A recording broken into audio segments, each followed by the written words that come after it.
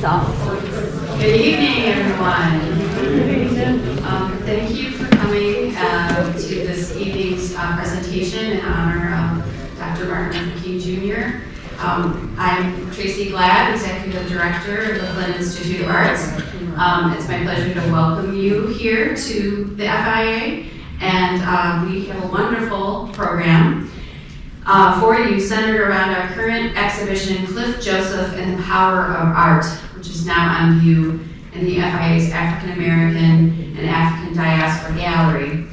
The exhibition includes, and I hope you do take time to go see it, and we're just going to talk about this with you, a very rare piece of history. We have a letter signed by Dr. King in which he talks about his feelings about art and how art can be used in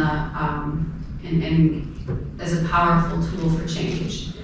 And it's on loan to us from a private collector in Flint, and we are just really thrilled to have that here. Not much is, at least that I know of, is talked about when, in terms of Dr. King's view on art. So I think it's a really special thing for us to have here in the city of Flint.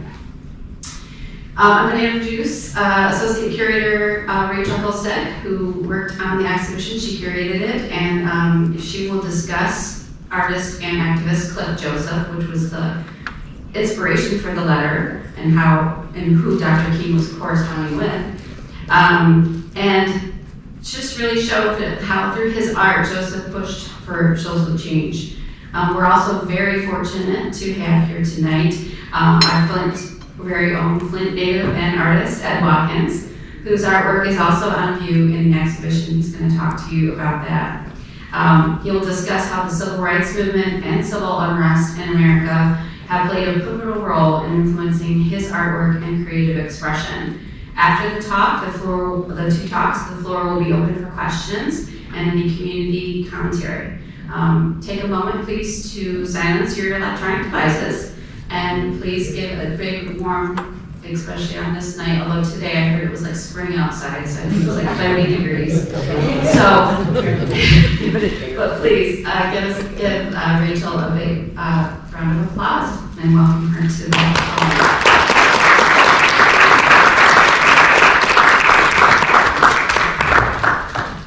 Thank you, Tracy, and thank you everyone for joining us tonight. Like Tracy said, I'm Rachael Holstege, and I'm the Associate Curator here. Thank you to Ed for being part of this program, and it will be really interesting, I'm sure, to hear directly from an artist on this topic. Before we get into the presentation, just a few quick thank yous. Thank you to the Charles Stewart Mott Foundation for their continued support, which is so appreciated and vital to the FIA. Thank you to citizens of Genesee County for demonstrating their support by means of the Genesee County's Art, Education, and Cultural Enrichment Millage. The millage gives entry to the FIA for Genesee County residents for free. And then, of course, a big thank you to Huntington Bank, who's sponsoring Huntington Free Saturdays, which allows everyone beyond our borders entry to the museum galleries for free on Saturday. Thank you. Thank you. So as you all know, we're gathered here today to talk about and celebrate the enduring legacy of Dr. Martin Luther King. Just a little tidbit on Dr. King. He was, as we know, a Baptist minister and leader of the civil rights movement in the 1950s and 60s. He's known for his philosophy of nonviolent resistance, through which he advocated for racial equality, justice, and peace. And though his life was cut short at the age of 39, the foundations that he laid for racial equality and social justice continue to be built upon by people today. And his ideals and legacies really have surpassed the realm of civil rights and can be found embedded into various aspects of our culture, such as art, music, and literature, which the art aspect you'll hear about tonight. And MLK Day is the third Monday of every January, and this celebrates Dr. King's birthday. So as Tracy kind of talked about, we have this very special privilege to have first-hand correspondence, original correspondence between Dr. King and artist Cliff Joseph on view in our exhibition, which is currently on view through March 16th. So tonight you'll hear me talk about Cliff Joseph and what led to these events that culminated in him corresponding with Dr. King. And then you'll hear about some of the artists, the other artists in the exhibition, and then you will get to hear firsthand from Ed Watkins about his art and how this is his process and how art can be a catalyst for social change. So Clifford R. Joseph was born in Panama City in 1922. The following year, his parents emigrated to the United States and settled in Harlem. And it's said that he had a natural ability to draw and wanted to become an artist at a young age. And living in Harlem during this time, during the Harlem Renaissance, he would have had inspiration all around him. On the left here is a photograph of Joseph, and on the right is a self-portrait that he did when he was in his 30s. And the self-portrait is on view in the exhibition, so you can see that. In the 1940s, after the death of his eldest brother, Joseph joined the United States Army and in order to provide for his family, putting his artistic career on hold temporarily.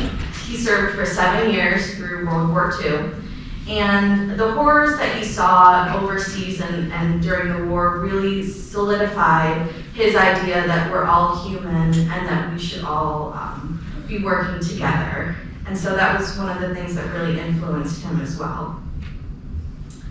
When he returned from the war, he jumped right back into being an artist, and he enrolled at the Pratt Institute in Brooklyn to study commercial art. And after he graduated, he started his own greeting card company called Chromatome. So that's his logo there on the right. And he was really trying to create a company that was an alternative to companies like Hallmark.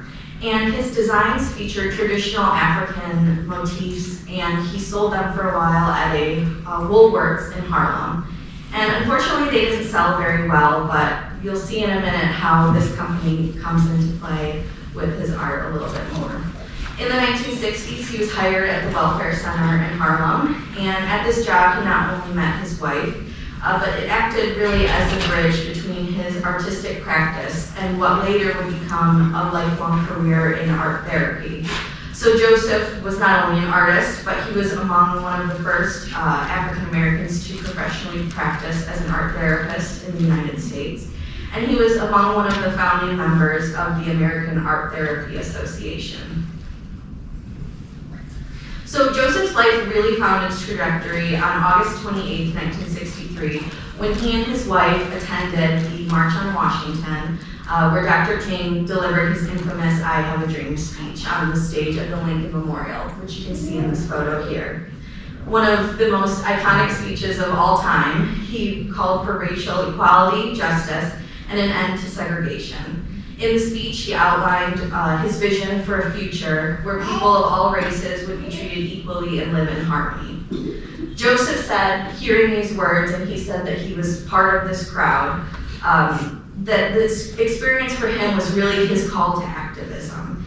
And from there on out, he decided, and he knew that he needed to dedicate his life, his work, and his art to calling for social change. So less than a month after the March on Washington, a very tragic event happens, and it really gives Joseph the opportunity firsthand to kind of put his money where his mouth is, and how he can use his art to impact the world. So on the early morning of September 15, 1963, members of the KKK bombed the 16th Street Baptist Church in Birmingham, Alabama. The explosion killed 4 young girls who were changing into their choir robes: Adie Mae Collins, who was 14, Cynthia Wesley, who was 14, Carol Robertson, who was also 14, and Denise McNair, who was only 11. Between 14 and 22 others were injured in the attack. And 3 days after the event, Dr. King spoke at a funeral for 3 of the girls. And in the eulogy, he stated that they did not die in vain, but rather were, quote, martyred heroines of a holy crusade for freedom and human dignity. So Cliff Joseph really also wanted to make sure that these girls did not die in vain. And within a month of the attack, Joseph formulated a plan in which he could use his artwork to help the victims of this tragedy and also the overall civil rights movement. So the first thing he did is he created a lithographic print, which you see here on the screen and is on view in the exhibition. And it features an image of the 4 young girls huddled beneath a manger made of the debris from the church. So it's the four girls. And it also evokes an image of a Christmas tree as well. So this was created as a Christmas card. And at the bottom, he's included the text, "The Freedom Tree in memory of the children of Birmingham."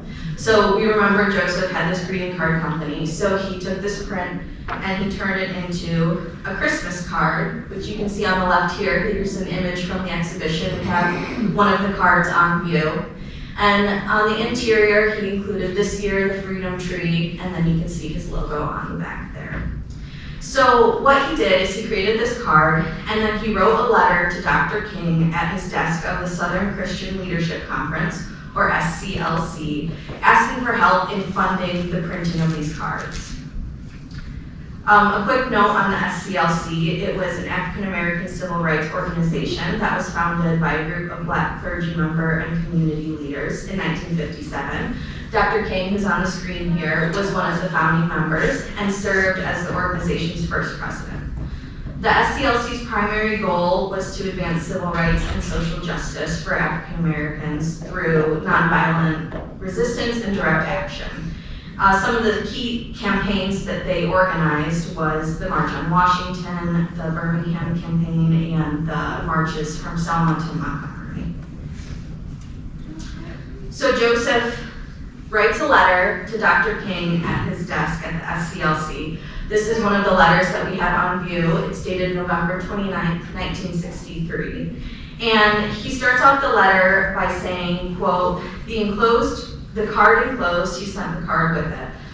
With this letter is for me at once an expression of lingering sorrow over the tragic deaths of the 4 little Birmingham girls, a protest against the intolerable conditions which claimed their lives, and a tribute to their martyrdom as, and he quotes Dr. King's eulogy, the heroines of a holy crusade for freedom and dignity, and a pledge that they shall not have died in vain. So he proposes in this letter that the Christmas card commemorate the 4 girls and be used as a fundraising project to support the freedom movement.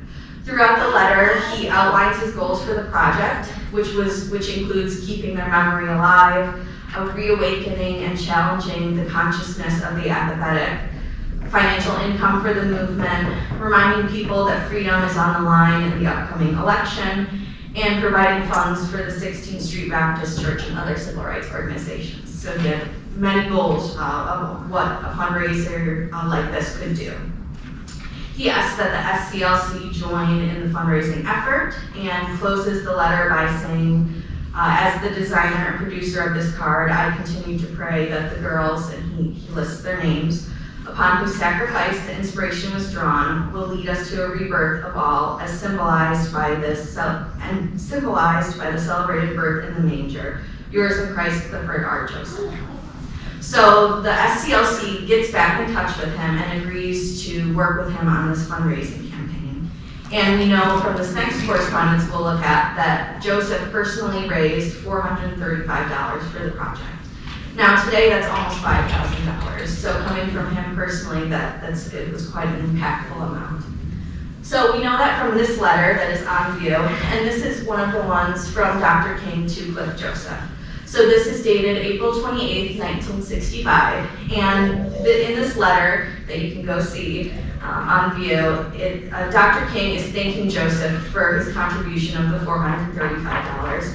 And he outlines what the money will go towards the different projects that we're working on. And he ends it by saying, quote, I'm sure America will be a greater nation because of your sacrifices to the nonviolent movement. So some time passes and Joseph actually ends up donating a batch of Christmas cards to the SCLC for them to send to their mailing list. So in return, Dr. King writes him this letter, which may look very short, but it's incredibly poignant. He thanks him for sending the letters, or the cards, and then he closes it by saying, it was especially gratifying since I've always felt, since I first saw it, that your art expressed the meaning and sacrifice of our struggle. which I really think is a good description of Joseph's work. And to have someone like Dr. Martin Luther King say this to you about your art just had to be an incredible moment for Cliff Joseph and an unforgettable feeling. And although Dr. King was assassinated a little more than a year after this was written in April 1968, Joseph, other activists, artists, continued to work to progress the movement that Dr. King started. Now just a couple other things on Cliff Joseph. In 1969, he was part of a group of Black artists and activists called the Black Emergency Cultural Coalition. And they got together and they would protest, they had various protests centering around the exclusion of Black artists and racist practices at the Met and the Whitney. So on the left here, you can see Joseph at one of the protests, and on the right, another image of the protests. This is an artwork that is on view in the exhibition by Joseph from 1970, titled Freedom. It depicts a black hand clenched into a fist, which is evocative of the Black Power fist. And it's holding on very tightly to 3 balloons that are almost being pushed away by the wind. You can tell there's some resistance there. The colors, green, black, and red, are symbolic of the Pan-African flag, which is a flag that represents Pan-Africanism, the African diaspora, and Black nationalism. So in paintings like this one, Cliff Joseph is directly speaking to the struggle that he has gone through and they've gone through for freedom. This next artwork is not in the exhibition, but it's one of Joseph's most well-known images, and it's called Blackboard from 1969. This is another example of how he's using his work to progress things, and this image shows what Joseph believes a Black-focused American school could be. So in it, we have a Black student and teacher standing in front of a whiteboard. They're learning about the ABCs. And although it's not what we would normally think of with the ABCs, it's all centered around Black Revolution, the ABCs of Black Revolution. There's included words like Black power, freedom, justice, community, as well as African cultures like Yoruba, Zulu, Ashanti. And so through his art, like this one, his activism, and his career as an art therapist, which was happening at the same time as all of this, Cliff Joseph continued to dedicate his life to pushing for social change. And when I was curating this exhibition, we wanted to include artworks by artists, not only Cliff Joseph, but by other artists, by other Black artists who, like Joseph, have harnessed the power of art to highlight and uplift Black communities in history, call out injustices, and be a catalyst for social and racial change. So I'm just going to quick show you what the artists are in the exhibition, and then we'll hear from Ed. So on the left, we have Detroit artist Sabrina Nelson, who created this print for the Black Family Development Organization in Detroit, and it's all full of traditional African motifs. On the right, we have Harlem Renaissance artist Charles White, who appropriated wanted posters that he found of 19th century escaped enslaved people. He appropriated these images to talk about the representation of Black people.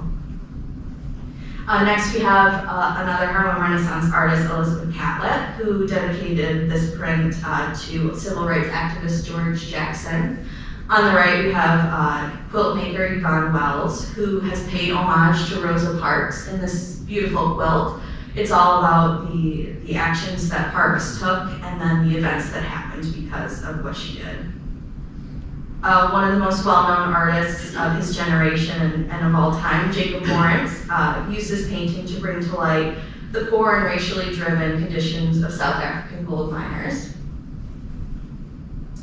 On the left here, Chicago-based artist Matthew Owen Weed. He created a whole series of prints called Shooting Targets, in which he depicted Black individuals who had been killed or injured by law enforcement officers. Here we just included one of those works, and this is his portrayal of Breonna Taylor, who was murdered in 2020.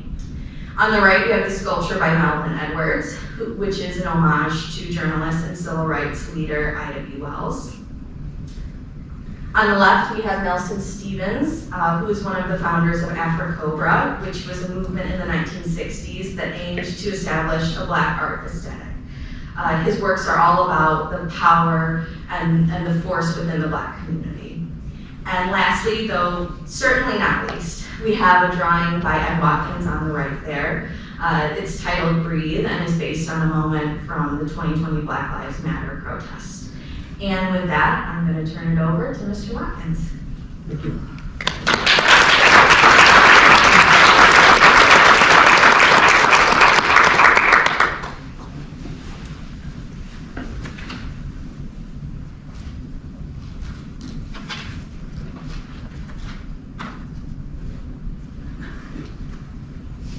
Good evening. Good evening. I want to thank the Flint Institute of Art. Yeah, make sure I got the right slide. Director Tracy Glad, Lauren Watkins, FIA's events manager. And I keep teasing her. She keeps asking me to do things. I keep asking for her firstborn. So we'll see how that works out. But I'm thanking them for asking me to share the motivation behind my artwork. Thank you, Rachel, for your presentation. I want to thank my wife, Marcia, because I would not be standing here without her love and support.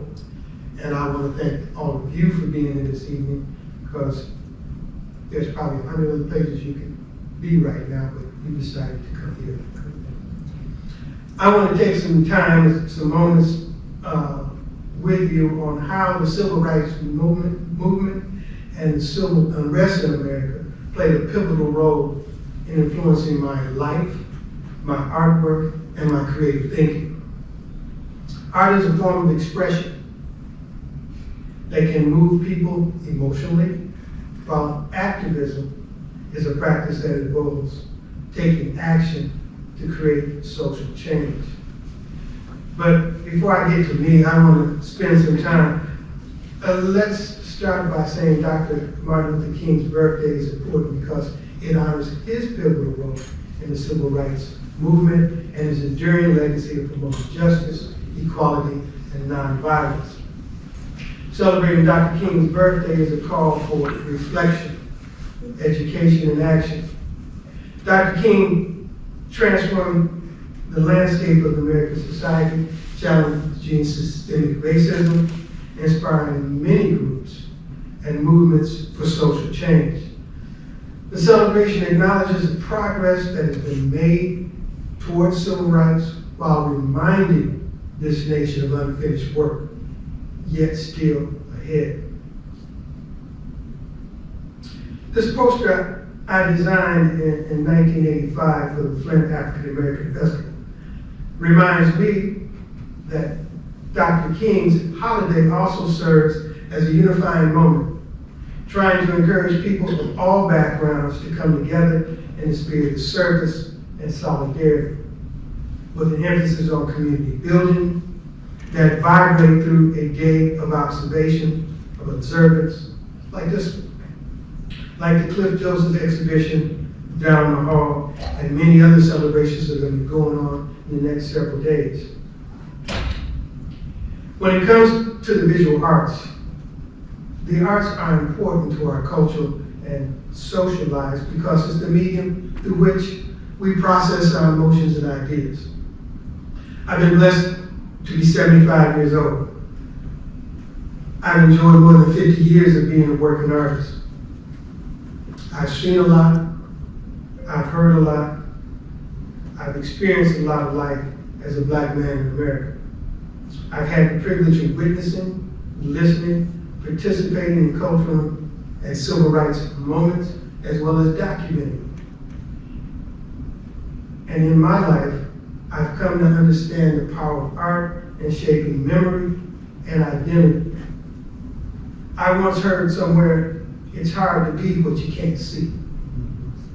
As a visual storyteller and figurative artist, I need to be rooted in real life for my visual stories to have any meaning or impact. And that may differ from the approach of some artists. I don't create fine art simply for art's sake. This mixed media drawing was my response to the killing of Michael Brown and the resulting riots in Ferguson, Missouri. in 2014. So there's times when I use my artwork to speak up. When it needs to respond to life and speak out, I will admit my artwork from most of the time will not match the drapes in your living room or look pretty hanging over the sofa.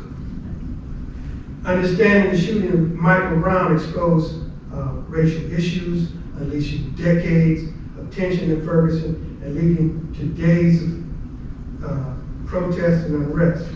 Like most of you, I watched it play out on TV. My emotional response was to create this visual reaction to the chaos and the riot. To hands up, don't shoot. I hinted earlier that I'm also a photographer, having shot and taught photography for some 40 plus years. So sometimes my artwork will get its start from photos that I have taken or gotten permission to use.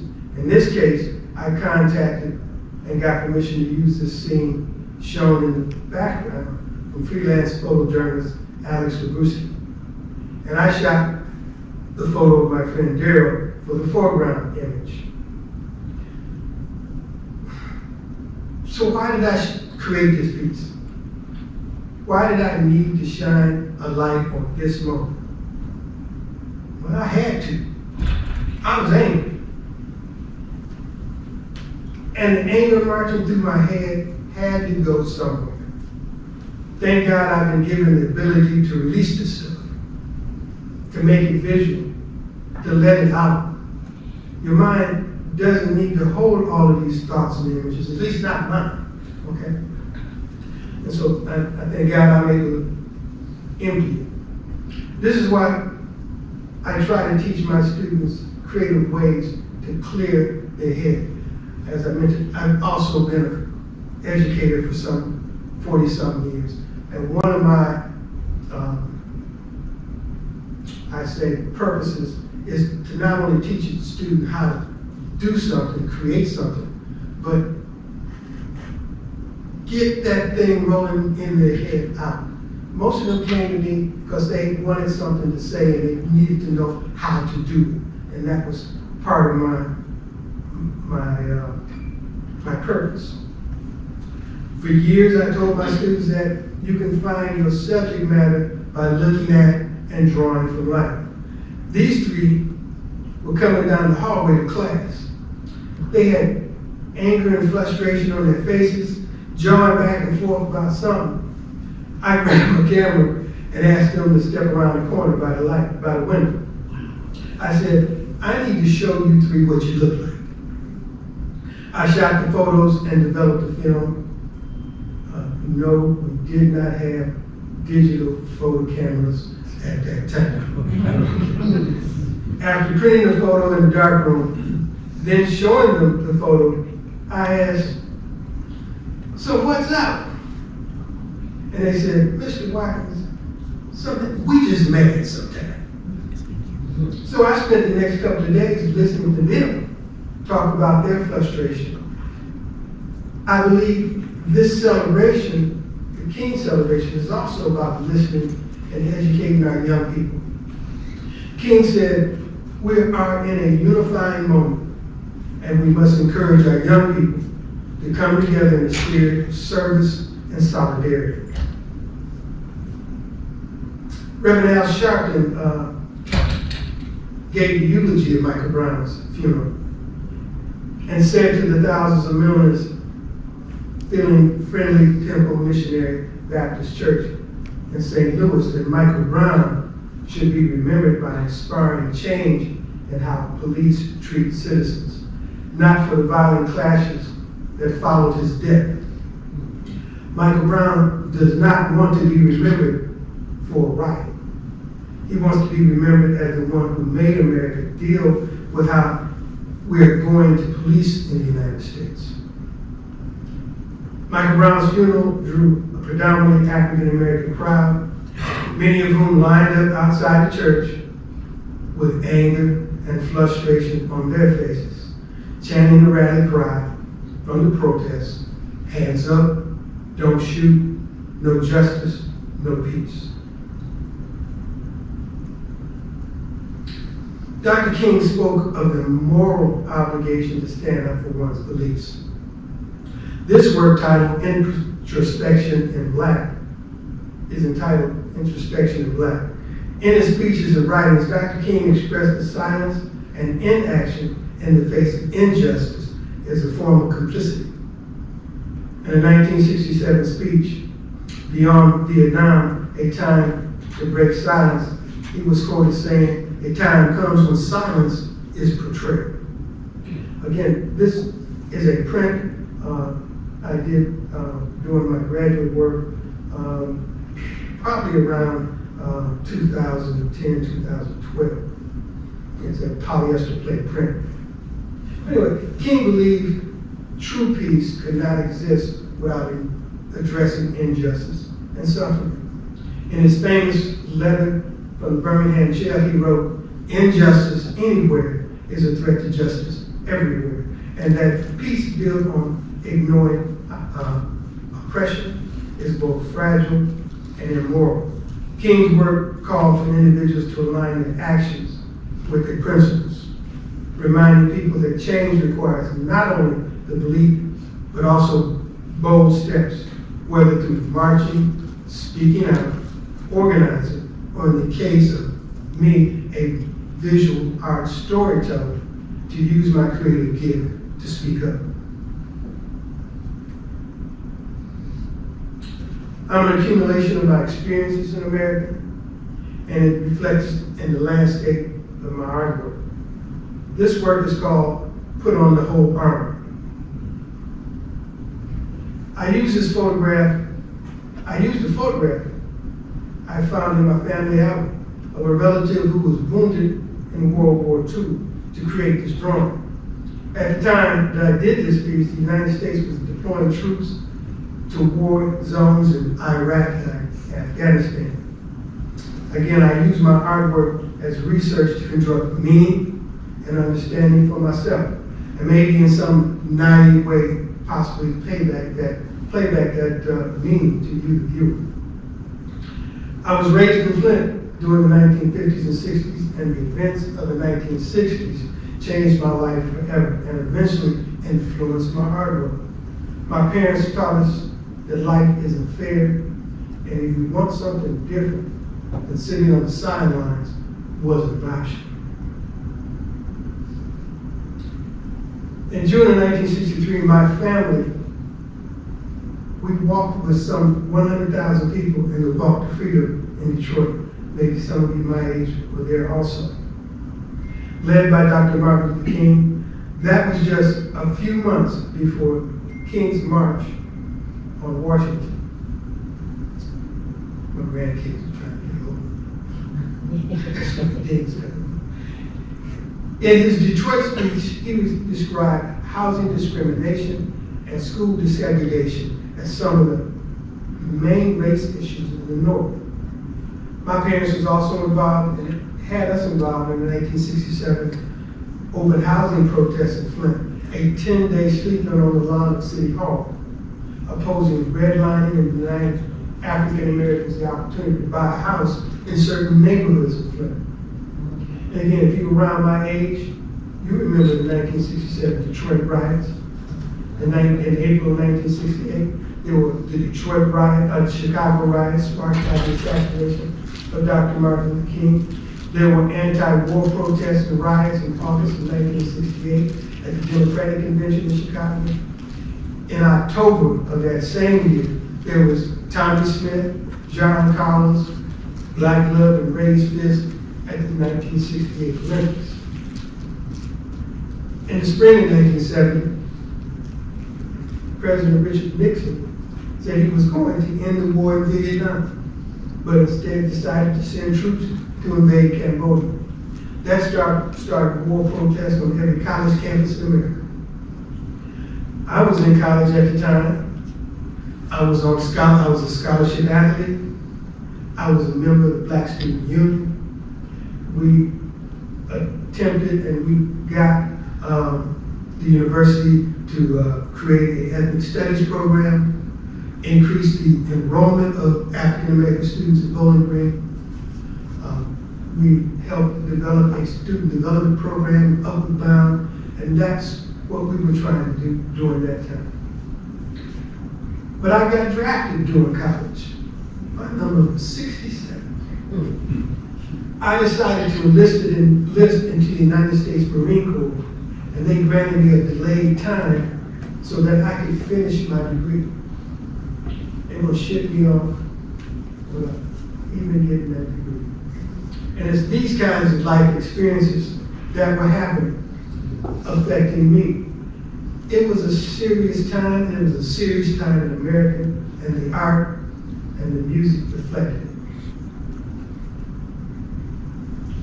In 2020, people took to the streets protesting all over the country. This work is entitled Wake Up, was my way of getting into the protest.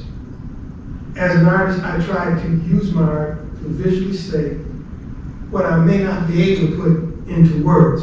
I tried to get you, the viewer, to enter into the space of these moments I create. Director of Education, Matt Osmond, he's the education director here, posted something on Facebook a couple of weeks ago that I hope kind of illustrates this point. Matt Osmond was also a student. Posted these moments from artists, comments from artist James Terrell. His work evokes feeling and encourages the viewer to practice contemplation and meditation. Terrell says a lot of people come to art and they just look at it. And he said, this is one of the problems with contemporary art. People don't actually enter the realm of the space that the artist is involved in or was trying to get you to get involved in.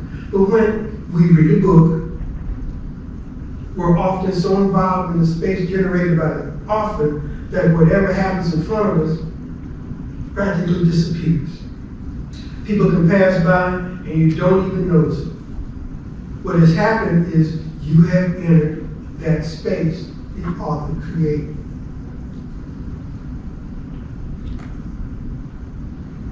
No justice, no peace, protest chant, were the motivation behind this work titled Breathe. The phrase, no justice, no peace, conveys the idea that peace cannot exist in the absence of justice. And the chant highlights the basic connection between fairness, equity, harmony in society. Detroit has a rich history of activism. And in 2020, there was the Black Lives Matter march in Detroit. The march was called Detroit Will Breathe, name drawn inspiration from the tragic last words of George Floyd, I can't breathe. That became a powerful symbol of systematic police brutality faced by Black Americans. By declaring Detroit Will Breathe, I believe the organizers sought to reclaim the dignity and humanity, declaring that the people of Detroit, especially the Black community, would rise up against injustice, as it always done, and fight for their right to live without fear of violence and discrimination. I created this drawing, which is hanging in the African American Gallery that summer of 2020.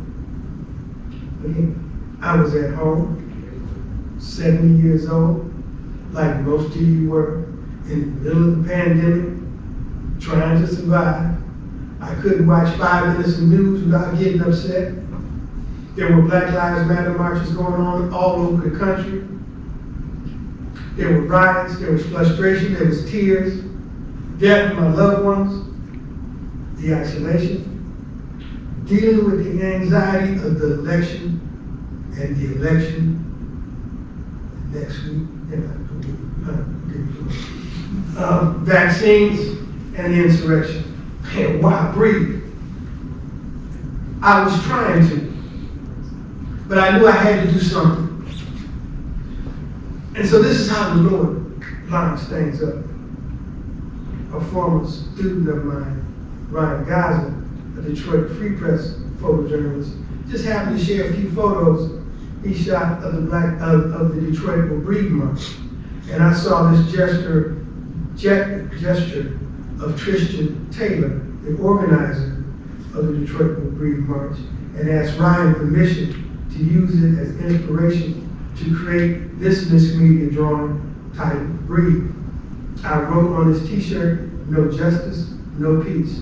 The anguish on his face, for me, symbolizes the refusal to remain silent and a commitment to achieve justice.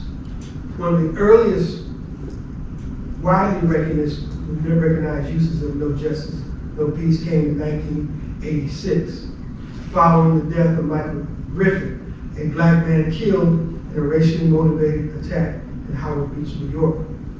The slogan resurfaced in the early 1990s during the protests following the acquittal of police officers involved in the beating of Rodney King in Los Angeles. It has since become a defining chant in the movement, the Black Lives Live movement, following the killings of Trayvon Martin, Eric Garner, Breonna Taylor, and George Floyd. Now, King never used the slogan, no justice, no peace, during his lifetime or in his writings and speeches, but often emphasizes similar principle, saying, peace is not merely the absence of tension, but the presence of justice. You saw a work by Charles White, who was also hanging in the gallery, was often described as a social realist artist. White's work was a result of current issues. He said, art must be an integral part of the struggle. It can't simply mirror what's taking place. In fact, artists have always been propagandists. Also hanging alongside White, as was mentioned, is Jacob Lawrence, Sabrina Nelson, the Detroiter, Elizabeth Kaplan, and other artists. I want to point out that next month, the Merv Bearden's exhibition is going to open here February 2nd. He was an artist and social activist who used his work to challenge racial stereotypes and promote social change.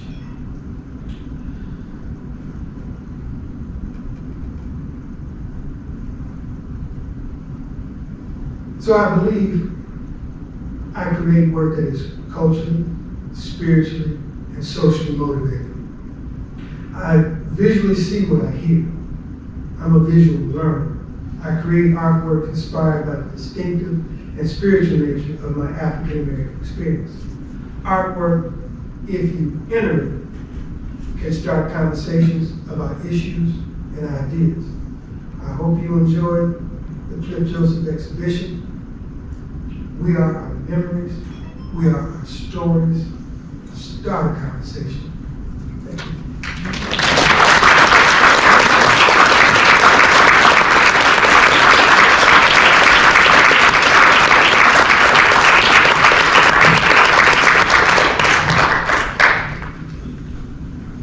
Yeah, thank you so much, Ed. So now we would love to hear from any of you. If you have any questions or feedback or commentary about anything we've discussed. Didn't real well the goodies.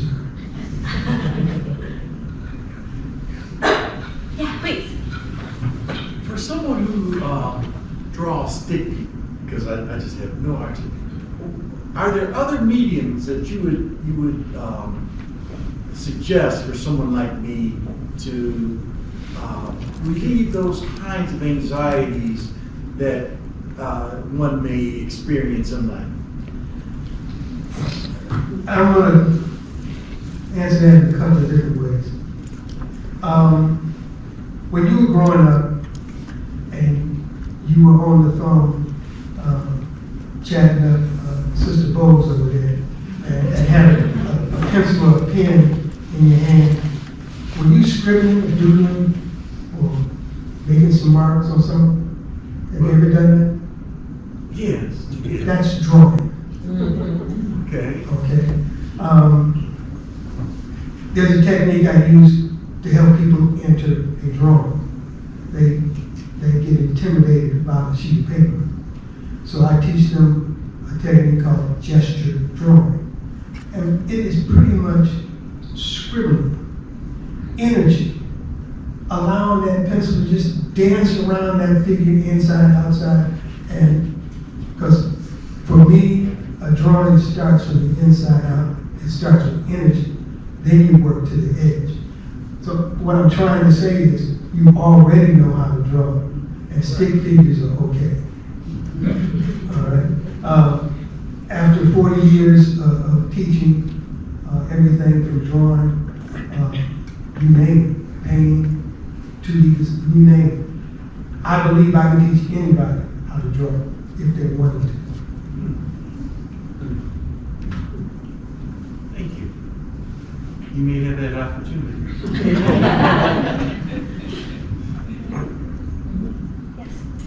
Are you feeling any inspiration to create as a result of the election and all the activity that's going on?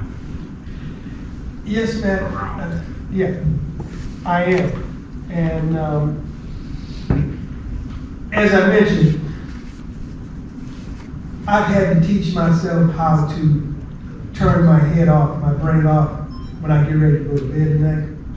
Because I got all kinds of ideas, images, running around in there, trying to get out. And since,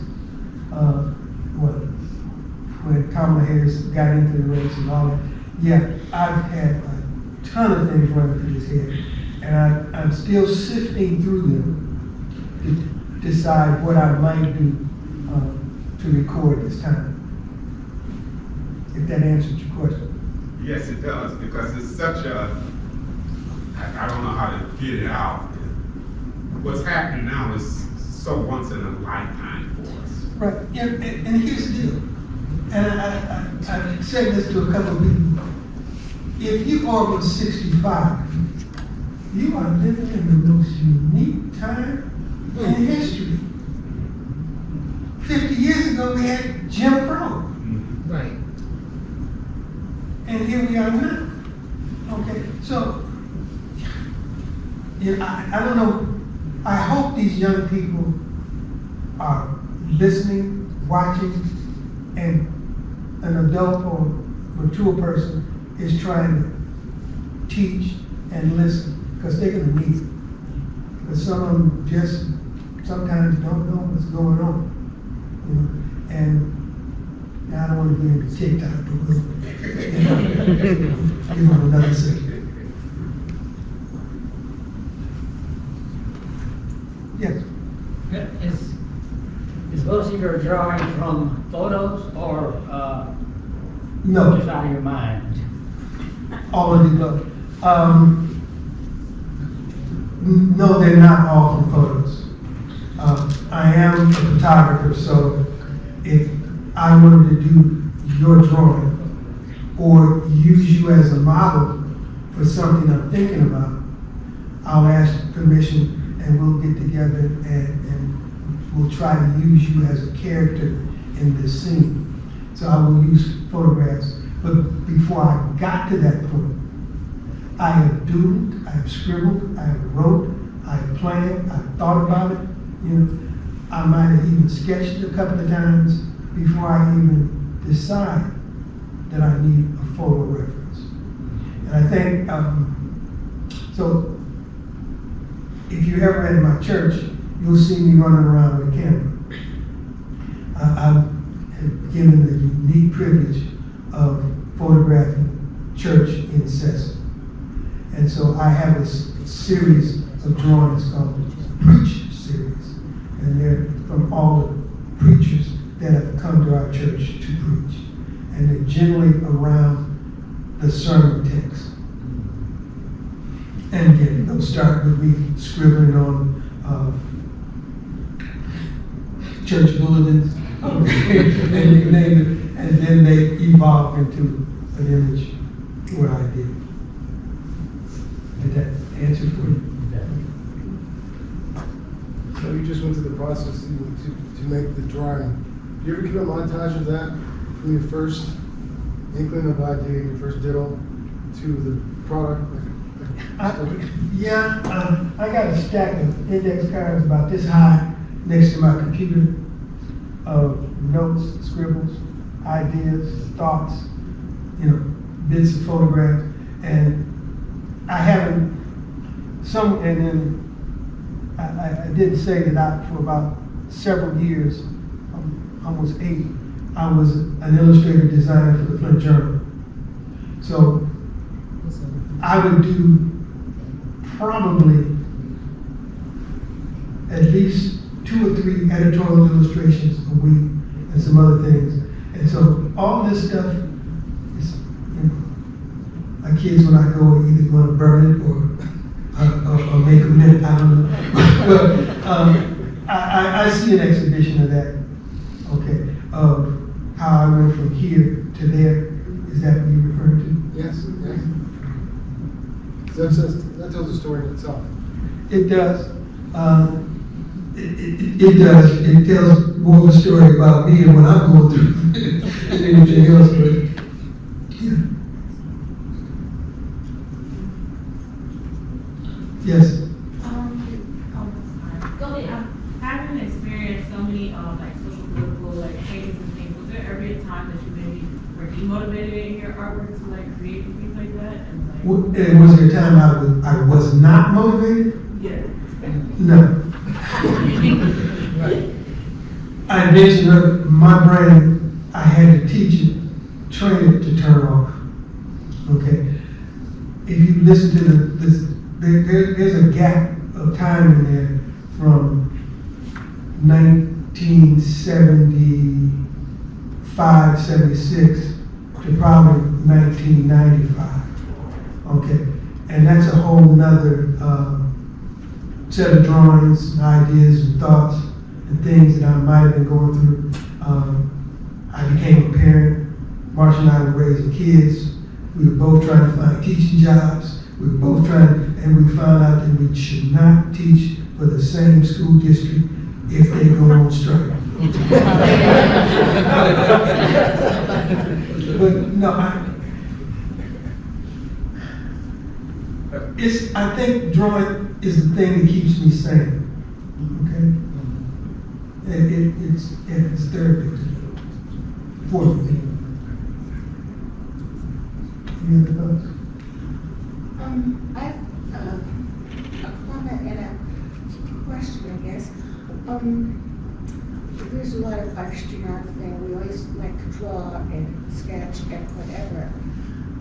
My granddaughter, great-granddaughter, started drawing when she was very, very young, and she was very unique, physically young. So as her peers and relatives noticed that she had artistic abilities, they would come to her with ideas and say, will you draw this for me? Make me a big picture of this, that, and the other. And she would do it and they'd want to pay her. But it wasn't what she wanted. They wanted it like what was in their head. No. Her art was from what was inside her. Yes. And so now she has become kind of discouraged, and she has put her artwork back, and she just encourage her to yes, speak. I do. I tried to talk to her last night and asked her where was she with this. Mm-hmm. And she says, well, Grandma, I don't want to do it anymore because somebody wanted a picture of a dog doing something. She did it, but it wasn't her. She did what they wanted to do. So now she what can I do? Well, how can I help her? All you can do is continue to encourage her. The FIA has a plethora of classes from drawing, painting, glass, you name it. Get her in that class. Kind of go around the back door to encourage her again. Okay. When I announced to my parents that I wanted to be an artist, the very first thing they said, boy, you're going to starve to death. Right. And I didn't. because I decided to prove them wrong. And I knew this is what I wanted to do. And I had a couple of mentors along the way, mentored me to go into education, to teach, and look at that whole profession of creative art. Okay. Everybody in here is wearing something some artist designed. Okay. Whether it's the jewelry, clothing, the carpet you just drew up in, all of that is visual art, creative thinking, problem solving. Encourage it. Okay. I'll talk to you later, but, see, we live now in Florida. I moved from here to Florida, and so I went down, she's down further in Florida, like Fort Lauderdale. And, so I'm kind of hampered in a way, but I'll talk to them. Okay. Again, maybe, you can get on the internet and see what kind of art programs and things are going on in that area. And just, you might communicate either by text or email, and just send a little tidbits or something every now and then. Okay? Try to keep that line of communication open, especially if you're the one that's encouraging. She'll get back to it, because there'll be a time when the only way she can deal with something is to bring it from here to here.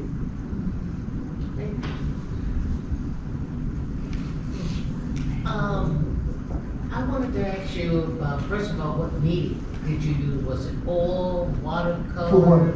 Your work? Everything. Everything. And Most of those pieces in there had cut paper collage in them. Trump Lloyd, you probably had to get up on it to see. To see it. So over my 50 years, Marsha and I probably dealt with every medium there is. And so when we get ready to do a piece, we had that catalog to work from. Okay. So when you painted a couple of the pieces, in reference to Mike Brown and Trayvon, when you started it, because I'm looking at trying to go to a different level with my painting, and I was wondering, do you sit down and create a story, or how do you come to that one piece? Like I said, I'm reacting to let's just take the hands up, don't shoot piece. I was reacting to a political and violent situation. So emotionally I'm there. Okay. So then what can I do? I'm scribbling, I'm playing, I'm looking, I'm trying to decide what I'm going to do. Oh, there's this photograph I just saw. There's another photograph. And so I grabbed it and I started scribbling, doing, playing. Okay. I do not decide what medium I'm going to do it in until I think I had the concept. Then I say, what material or medium would best communicate this idea? Okay. And then I will blow it up on paper, board, whatever. And then, like that hands up, don't shoot, I do that 3 times. I teach my students, don't marry an idea. Don't marry a drawing where you can't start on over, because sometimes you have to. And I started that 3 times before I finally got what I thought I wanted. Yes, excellent. Thanks.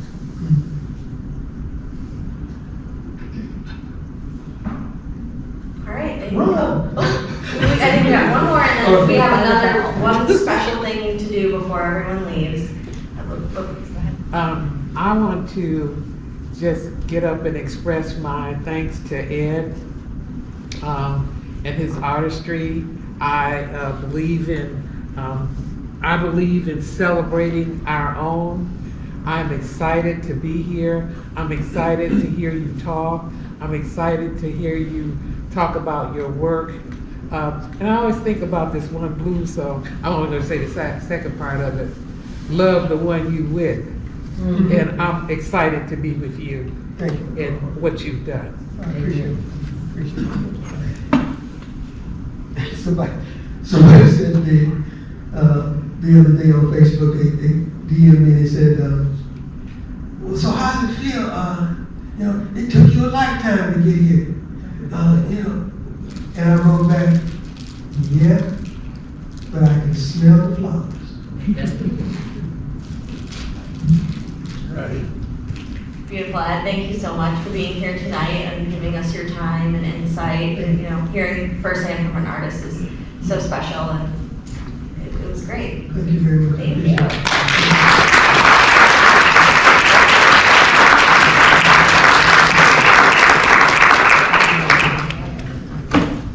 Thank you, Rachel, and thank you, Uncle Ed, for your inspiring presentations.